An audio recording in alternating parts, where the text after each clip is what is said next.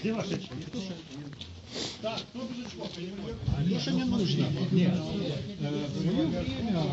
Кто-то нам показывал видео.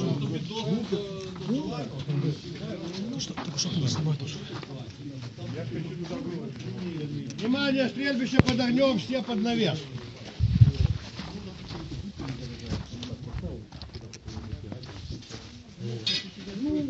Показывал очень такие дырками.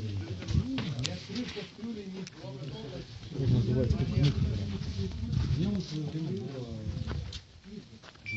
меня перевели на чемпионате. Был класс, получается, 9